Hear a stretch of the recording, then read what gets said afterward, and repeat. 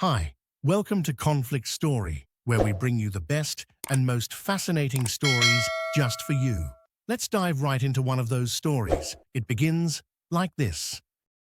I was coming home late from another pointless city council meeting when I saw her standing on the hood of my beat-up pickup truck like some demented queen claiming her throne. Karen Whitman, our neighborhood's self-appointed moral guardian, clutching a bottle of bleach in her perfectly manicured hands. My expensive suit jacket was hanging from my bedroom window upstairs, catching the evening breeze, and she was dousing it with industrial-strength chemicals while screaming at the top of her lungs. Everyone deserves equal rights. Stop flaunting your status, you rich parasite. Her voice cut through the suburban quiet like a chainsaw through silk. 3 neighbors stood nearby with their phones out, recording the whole circus, but not one of them moved to intervene. They just watched, mesmerized by the spectacle of middle-class rage in designer jeans. The bleach hit my Brooks Brothers suit like acid rain on marble. $2,000 of Italian craftsmanship dissolving into chemical soup while this woman performed her twisted version of social justice. I stood there, keys still in my hand, watching 20 years of careful financial planning get baptized in household cleaner. "Karen, what the hell are you doing?" I called out, but she was in her element now, dancing on my truck like she'd just conquered Rome. Her blonde hair caught the streetlight, giving her this unholy glow. And for a moment, I wondered if this was what losing your mind looked like from the outside. She jumped down, landing with surprising grace for a woman pushing 50, and marched right up to me with that self-righteous swagger that had terrorized our homeowner association meetings for the past 3 years. "What I'm doing, Harold, is evening the playing field. You think you can waltz around here in your fancy clothes while the rest of us struggle? Not anymore." I'd lived in Meadowbrook Commons for 15 years, watching it transform from a quiet retirement community into Karen's personal kingdom. She'd moved in 5 years ago with her real estate money and her connections to the city planning office, and slowly but surely, she'd turned our neighborhood into her own private laboratory for social engineering. The thing about Karen Whitman was that she believed her own propaganda. She genuinely thought she was some kind of working-class hero, fighting the good fight against inequality while wearing $700 boots and driving a brand new SUV. The irony was lost on her, but it wasn't lost on me. "You're paying for the dry cleaning," I said, looking at the chemical stains spreading across my jacket like a disease. She laughed, a sound like glass breaking in reverse. "I'm paying for nothing. The homeowner association is going to make sure you understand what community standards really mean around here." That's when I noticed the flyers. They were everywhere overnight, stapled to every telephone pole and mailbox post like some kind of suburban propaganda campaign. "Want to live among honest people? Support Karen's gift, fighting against luxury." The cheap paper fluttered in the morning wind like dead leaves, each one carrying her message of enforced mediocrity. But it was the video that really did the damage. Somehow, Karen had gotten hold of old footage from my daughter's wedding 5 years ago, spliced it together with shots of me getting out of my truck, and created this masterpiece of selective editing that made me look like I was laughing at my neighbor's financial struggles. The whole thing was set to some manipulative piano music that made it feel like a documentary about corporate greed. Martin Kowalski, my neighbor of 12 years, a man I'd helped move furniture and shared countless evening beers with, walked past me at the mailbox without making eye contact. Just looked right through me like I'd become invisible. The same Martin who'd borrowed my chainsaw every fall for the past decade suddenly couldn't acknowledge my existence. By Thursday, someone had broken my mailbox with what looked like a baseball bat. The metal hung at an angle like a broken arm, and inside, I found a note written in purple ink. "Not our kind." The childish handwriting made it worse somehow, like being bullied by a 3rd grader with access to power tools. I stood in my driveway that morning, looking at the destruction, and felt something I hadn't experienced since my wife died 3 years ago. Complete isolation, the kind that makes you question whether you exist at all. That's when Trish appeared at my fence like some kind of suburban angel, 27 years old, with tattoos crawling up her arms and the kind of energy that makes older men remember what hope feels like. She'd moved in 6 months ago, right across from Karen's fortress of suburban righteousness. And she'd been watching the whole drama unfold with the detached amusement of someone who'd seen this movie before.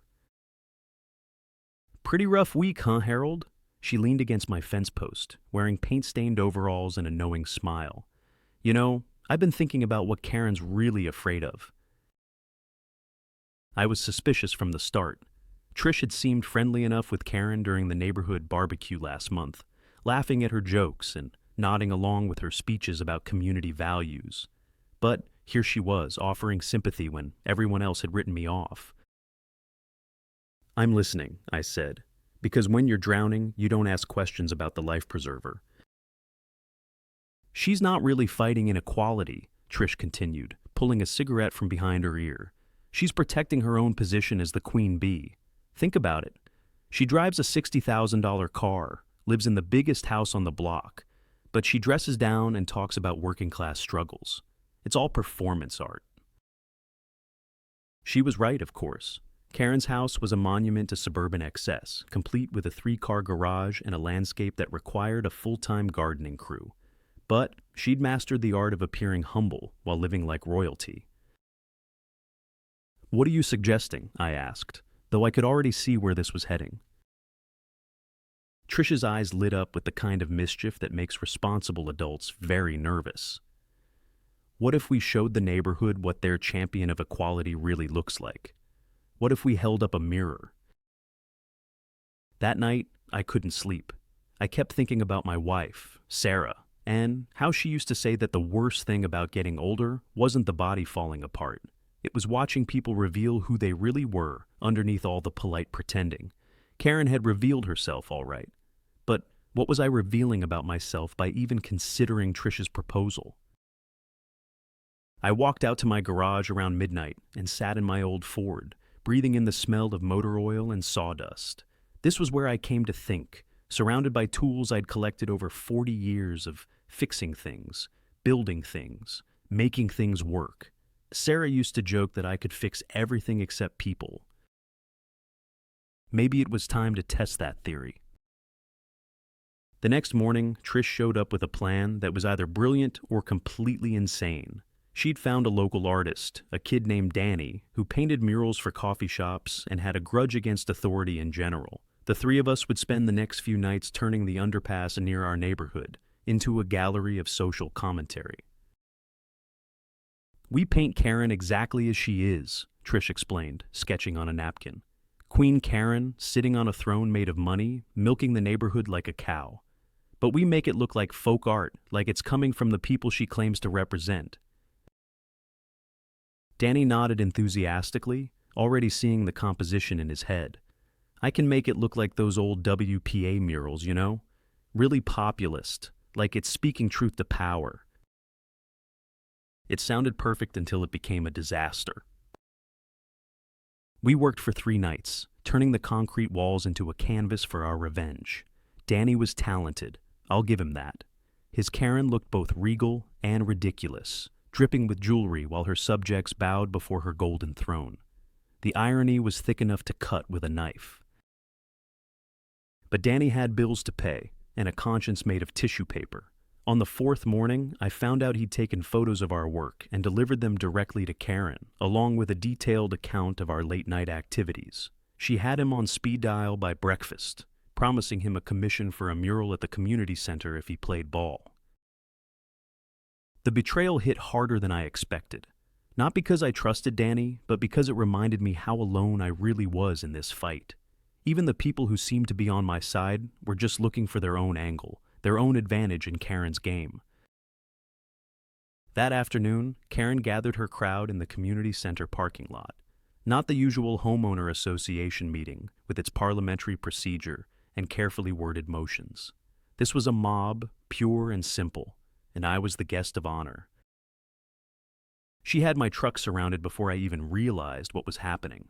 25 or 30 neighbors, people I'd lived next to for years, forming a circle around me like I was some kind of dangerous animal that needed to be contained.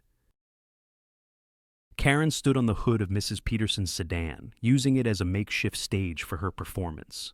"This is what moral decay looks like," she announced, holding up photos of our mural. "This is what happens when we allow selfish individualism to poison our community values." The crowd murmured its approval, and I felt something break inside my chest. These were people who'd borrowed my tools, people whose kids I'd taught to change a tire, people I'd helped during the ice storm 2 winters ago when the power was out for a week. Martin pushed forward from the crowd, his face twisted with something that might have been anger or disappointment. For a moment, I thought he was coming to defend me, to restore some sanity to this suburban witch trial. Instead, he looked me in the eye and said, "You always thought you were better than us, didn't you, Harold? Well, now we know who you really are." The words hit like physical blows. This was Martin, who'd cried in my garage when his wife left him, who'd helped me bury Sarah's cat when the old Tom finally gave up the ghost. Now he was looking at me like I was something that needed to be scraped off his shoe. Trish materialized at the edge of the crowd, took one look at the situation, and disappeared back into her house without a word. So much for the revolution. I stood there, surrounded by my neighbor's righteous fury, and realized I'd made a fundamental miscalculation. I'd thought this was about justice, about standing up to a bully, about protecting what was left of our community's soul. But it wasn't about any of those things. It was about power, and Karen had it, and I didn't. And all the expensive suits and careful reasoning in the world weren't going to change that basic fact. As the crowd dispersed, leaving me alone in the parking lot with my shame and my ruined reputation, I understood that I'd lost more than just a neighborhood dispute. I'd lost my home. The garage became my sanctuary that night. I sat on an old milk crate, surrounded by 20 years of accumulated tools and half-finished projects, breathing in the familiar smell of motor oil and defeat. The concrete floor was cold against my feet, and somewhere in the distance I could hear Karen's victory party spilling out of the community center. My hands shook as I opened the beer I'd been saving for a special occasion. Funny thing about rock bottom, it makes every occasion feel special. The aluminum can was slick with condensation, like everything else in my life lately, slipping through my fingers no matter how tight I tried to hold on. I kept thinking about Sarah, about the promise I'd made to her before the cancer finally won. "Don't let them turn you bitter, Harold," she'd whispered, her voice already fading into something that belonged more to memory than the present. "Don't let them make you into something you're not." Well, Sarah, I thought, taking another sip of lukewarm beer, what if what I'm becoming is exactly who I always was? What if Karen just stripped away the pretense and showed everyone the truth?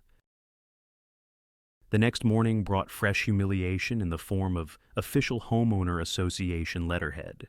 Karen had outdone herself this time, crafting a document that managed to be both legally meaningless and socially devastating. Notice of community standards violation, destructive behavior, and antisocial conduct. She'd found a way to make vandalism sound like a federal crime. But it wasn't the letter that broke me. It was finding Martin in my driveway, holding a crowbar and a look of grim determination. "Association voted last night," he said, not meeting my eyes. "You're banned from the fitness center, the community garden, and the summer barbecue." He gestured toward my mailbox with the crowbar. "I'm here to fix this thing, make it regulation height and appearance." 20 years of friendship, reduced to carpentry and bureaucratic compliance. I watched him work, this man who'd been like a brother to me, methodically destroying what was left of my mailbox and replacing it with something Karen approved. Standard height, standard color, standard everything. "You know this is insane, right, Martin?" I said. But he just kept working, measuring twice and cutting once like his father had taught him back in Poland 60 years ago. "What's insane," he replied, not looking up from his work, "is thinking you're above the rest of us. What's insane is destroying community property because you can't handle being called out on your privilege." Privilege? The word hung in the air like a curse. Martin Kowalski, who'd fled communist Poland with nothing but the clothes on his back, was lecturing me about privilege, the same Martin who'd worked 3 jobs to put his kids through college, who'd saved every penny for 30 years to buy a house in a neighborhood where he felt safe. That's when I realized Karen's real genius. She hadn't just turned my neighbors against me, she'd given them permission to hate everything I represented, everything they'd secretly resented about their own choices and limitations. I wasn't just Harold anymore. I was the symbol of everyone who'd ever made them feel small. Trish found me that afternoon, sitting on my front steps like a homeless man in my own neighborhood. She approached cautiously, probably expecting me to blame her for the disaster we'd created together. "I'm sorry about Danny," she said, settling down beside me on the concrete. "I should have seen that coming." "Should have, could have, would have," I replied, watching Mrs. Peterson water her roses with the dedication of someone who'd given up on everything else. Story of my life lately. Trish pulled out her phone and showed me something that made my blood run cold. It was a video, professionally edited, showing our late-night mural session. But Danny hadn't just betrayed us to Karen. He'd made us look like criminals, using shadows and camera angles to make our artistic protests look like gang activity. "He sold this to the local news," Trish said quietly. "It's going viral on Facebook. Wealthy homeowner leads vandalism campaign against working-class advocate." I watched myself on her phone screen, transformed by clever editing into exactly the kind of entitled rich man that Karen had been warning everyone about. The mural, which had seemed like righteous satire in the darkness, looked petty and cruel in the harsh light of Danny's camera work. "How much did she pay him?" I asked. $5,000 plus the community center commission." Trish's voice carried a weight of disappointment that matched my own. Turns out everyone has a price. That night, I did something I hadn't done since Sarah's funeral. I got drunk. Not social drinking drunk, not relaxing after a long day drunk, but properly, thoroughly, apologetically drunk. The kind of drunk that makes you call your ex-wife at 2 a.m. and tell her all the things you should have said 20 years ago. Except, I didn't have an ex-wife to call. I had a garage full of tools that couldn't fix what was broken, a house that no longer felt like home, and a neighborhood that had voted me out of existence. I woke up on the garage floor with a hangover that felt like justice and a revelation that felt like salvation. Karen wanted to play the equality game? Fine. I'd give her equality she'd never forget. The idea came to me fully formed, like something Sarah had whispered in my ear during those last few weeks, when the morphine made her speak in riddles that somehow made perfect sense.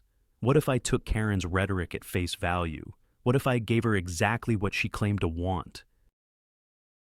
I spent the next 3 days preparing what I privately called Operation Mirror. If Karen was truly committed to economic equality in our neighborhood, then she'd have no problem participating in a community wealth redistribution program. And if she refused, well, that would tell everyone exactly who she really was. I started by researching every public record I could find about Karen's finances, property taxes, vehicle registrations, business licenses for her various ventures. The woman who preached about working-class solidarity owned 3 rental properties, a boat slip at the marina, and had recently purchased a vacation condo in Florida. Then I made some calls to old friends, people I'd known back when I was working in municipal planning, before I'd saved enough to retire early and pursue my woodworking hobby. People who understood how local politics really worked, who knew which forms to file and which buttons to push. The genius of my plan was its simplicity. I would organize a community equality initiative, a voluntary program where neighborhood residents could donate excess possessions to families in need. Completely legal, entirely voluntary, and absolutely in line with Karen's stated philosophy.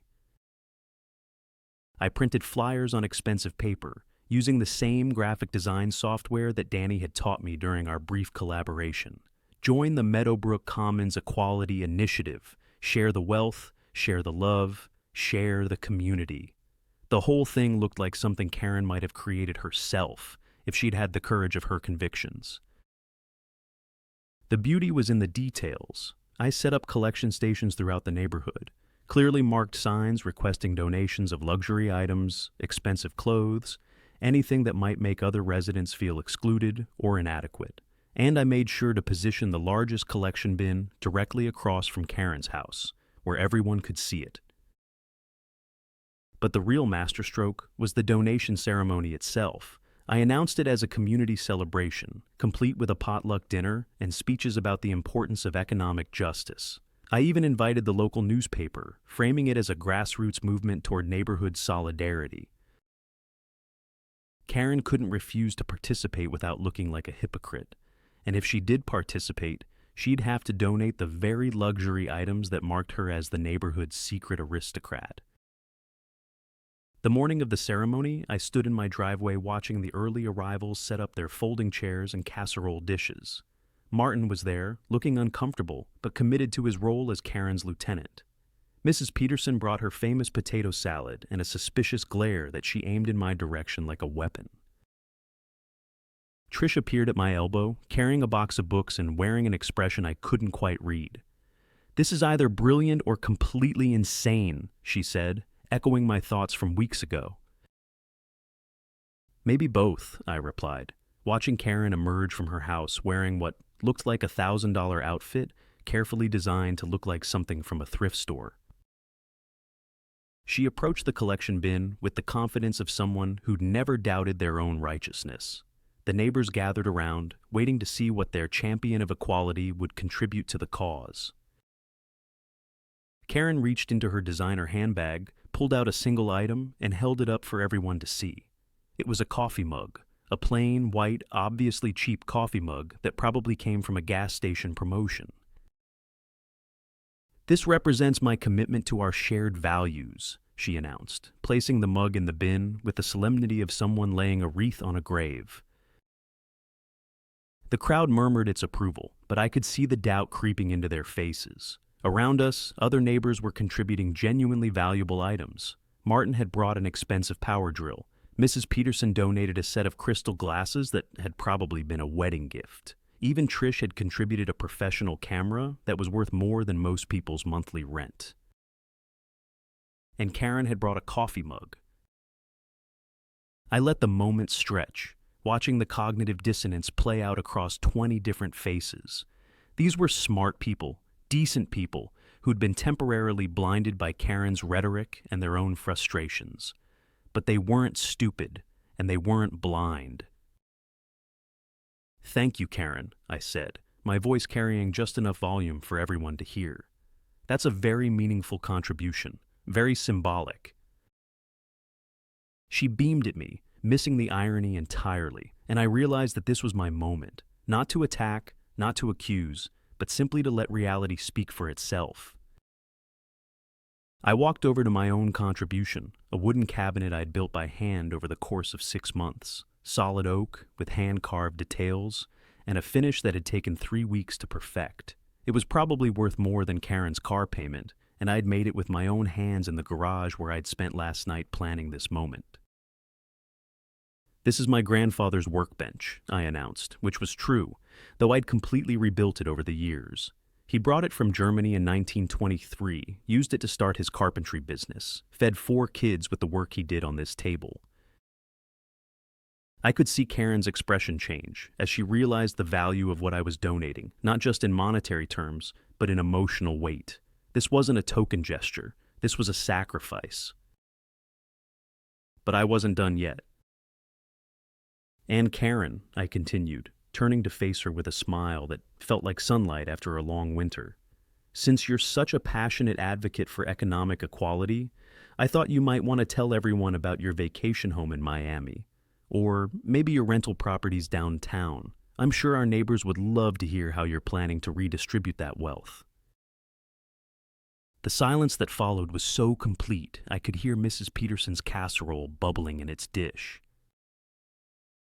Karen's face went through about 6 different colors before settling on a shade of red that matched her fingernails. "I don't know what you're implying, Harold, but my personal finances are none of your business."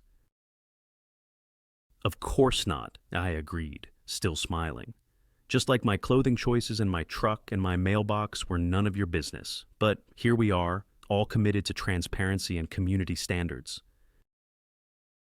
I could see the moment when she realized she'd been outmaneuvered, when the crowd started looking at her with the same critical eye they'd been aiming at me for weeks. The Emperor's new clothes were dissolving in the afternoon sun, and there was nowhere left to hide. But Karen Whitman hadn't become the neighborhood's reigning monarch by backing down from a fight. She was just getting started. Karen's face transformed into something I'd never seen before, a mask of pure rage that made her previous performances look like amateur theater. She stepped up onto one of the folding chairs, using it as a makeshift podium, and pointed at me with the kind of theatrical fury that would have made Shakespeare proud. "This is exactly what I've been warning you about," she screamed, her voice cracking with emotion that seemed genuinely unhinged. "This man is trying to destroy our community with his manipulative games. He's using our own generosity against us." The crowd shifted uncomfortably, caught between Karen's hysteria and the obvious logic of what had just happened. I could see Martin wrestling with doubt, Mrs. Peterson clutching her potato salad like a shield, and Trish backing slowly toward the street as if she wanted to distance herself from the explosion that was coming. "Karen," I said quietly, "all I did was organize a charity drive. You said you wanted equality. I'm just helping you practice what you preach." That's when she snapped completely. She jumped down from the chair and marched over to my donation, my grandfather's workbench that represented 40 years of my own craftsmanship and 3 generations of family history. Before anyone could stop her, she grabbed one end of it and tried to tip it over. "This is fake generosity," she shrieked, struggling with the weight of solid oak and hand-forged hardware. "He's showing off, trying to make the rest of us look cheap. This isn't about community. It's about his ego." The workbench was too heavy for her to move alone, but her desperate efforts to destroy it were having an effect on the crowd that she definitely hadn't intended. 20 neighbors watched their self-appointed leader try to vandalize a genuine act of generosity, and something fundamental shifted in the afternoon air. Martin stepped forward, not to help Karen, but to steady the workbench. "Karen, stop," he said, his voice carrying an authority I hadn't heard from him in months. "This is enough." But Karen was beyond reason now, beyond any pretense of community leadership or moral authority. She turned on Martin with the fury of someone whose entire world was collapsing. "Don't you dare side with him. He's been playing us all along, making us look like fools while he sits in his ivory tower judging our lives."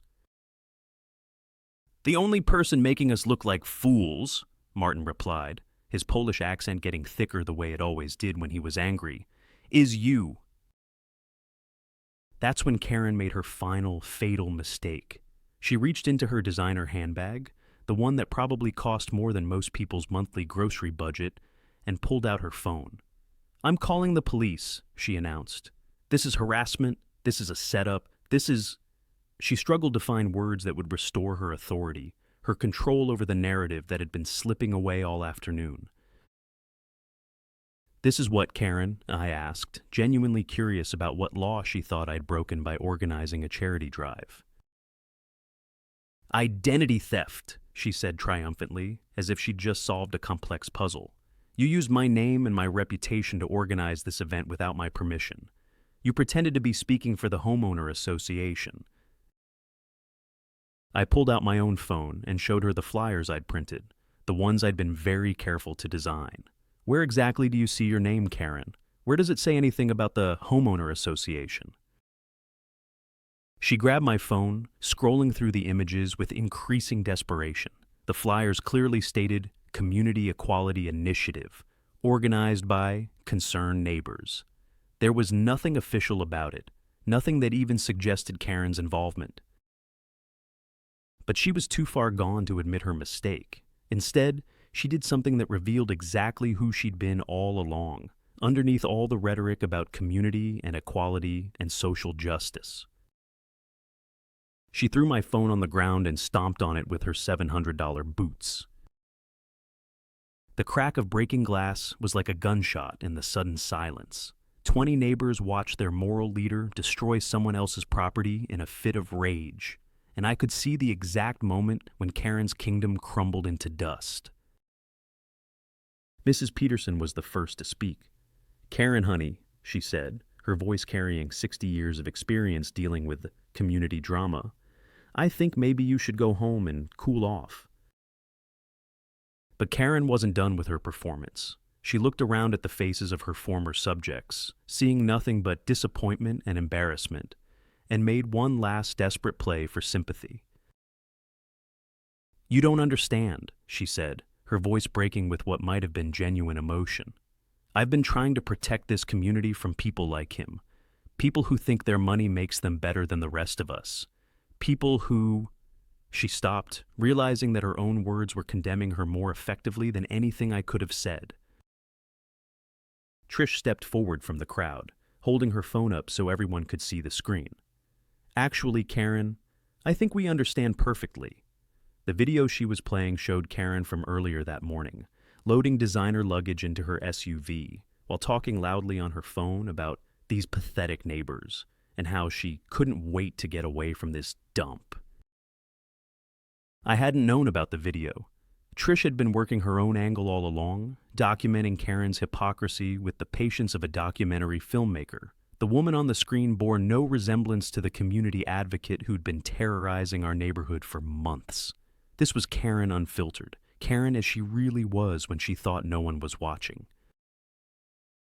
"I filmed this from my kitchen window," Trish explained to the crowd. "I've been documenting Karen's behavior for weeks, waiting for the right moment to show everyone what she really thinks of us." The video continued, showing Karen laughing at her phone while describing Martin as "that old Polish fool" and Mrs. Peterson as "a senile busybody with delusions of relevance." The words hit the crowd like physical blows, destroying whatever loyalty Karen had managed to maintain. Martin's face went gray as he heard himself described as a fool. Mrs. Peterson clutched her casserole dish like armor, her eyes filling with tears that had nothing to do with the afternoon sun. These were good people who'd believed in someone who'd been mocking them behind their backs for months.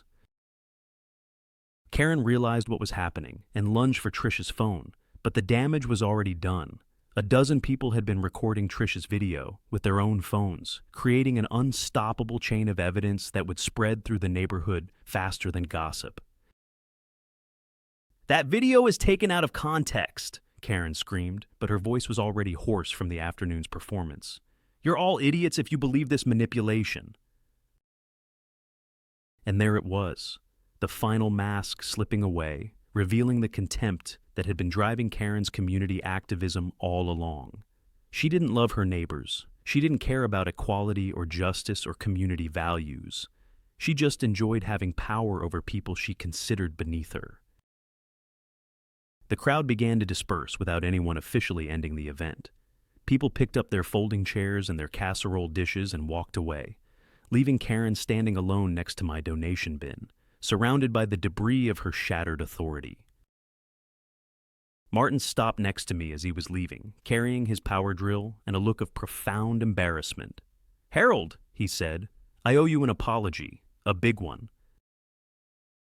"No, you don't," I replied, and I meant it. "She was convincing. She made you believe something that felt true. She made me believe I was fighting for something important," he said, shaking his head. "Instead, I was just being her attack dog." Mrs. Peterson approached us, still clutching her potato salad, tears streaming down her weathered cheeks. "I feel so foolish," she whispered. "How could I have been so blind?" "Because you wanted to believe in something good," I told her. "There's no shame in that." Karen stood alone in the gathering dusk, still wearing her costume of fake populism, still clutching her designer handbag. She looked smaller somehow, diminished not just by the loss of her audience, but by the weight of her own exposed lies. "This isn't over, Harold," she called out as I began packing up the donation bin. "I'll file a complaint with the city, with the Real Homeowner Association Board. You'll what, Karen? I asked, turning to face her one last time. Sue me for organizing a charity drive? File a police report about being asked to practice what you preach? She opened her mouth to respond, but no words came out. For the first time since I'd known her, Karen Whitman had nothing to say. Over the following weeks, the neighborhood transformed in ways I never could have predicted. Karen disappeared without ceremony, moving out on a Tuesday morning while most people were at work. No goodbye party, no farewell speech, just a moving truck and an empty house that went up for sale the following week. The homeowner association elected new leadership, people who actually lived in the community instead of just ruling over it. Martin and I resumed our evening conversations over the fence, though something had changed between us. We were more careful with our trust now, more aware of how easily good intentions could be weaponized.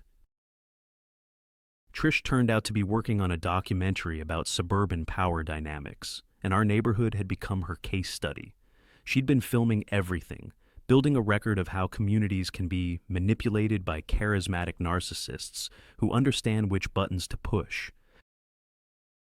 You knew all along, didn't you? I asked her one evening as we watched the sunset from my newly repaired front steps.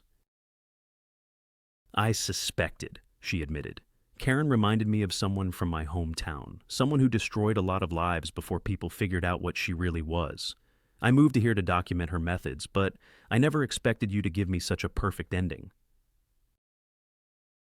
My grandfather's workbench found a home at the community center, where it serves as a reminder of what genuine generosity looks like. Sometimes I stop by to run my hands over the wood, remembering the man who built it and the grandson who nearly lost sight of its real value. The neighborhood is quieter now, more honest somehow.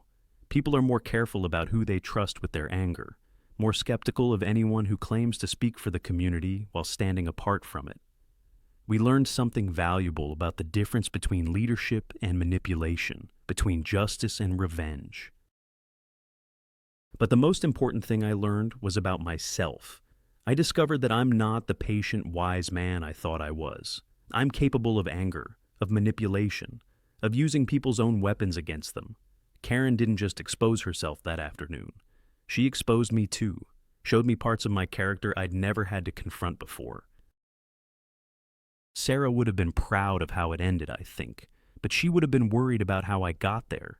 The line between justice and revenge is thinner than I'd ever realized, and walking that line changes you in ways you don't expect. These days, when I sit in my garage working on projects that nobody asked for, I think about community and power and the stories we tell ourselves about who we are. I think about Karen, wherever she is now, and whether she learned anything from the collapse of her little kingdom. Mostly, though, I think about the workbench and the man who built it, and the quiet satisfaction that comes from creating something real in a world full of performance and pretense. The neighborhood is peaceful now, the way it was meant to be, and if that peace came at the cost of a few illusions about human nature, well, maybe that's a price worth paying. Some truths are only learned the hard way,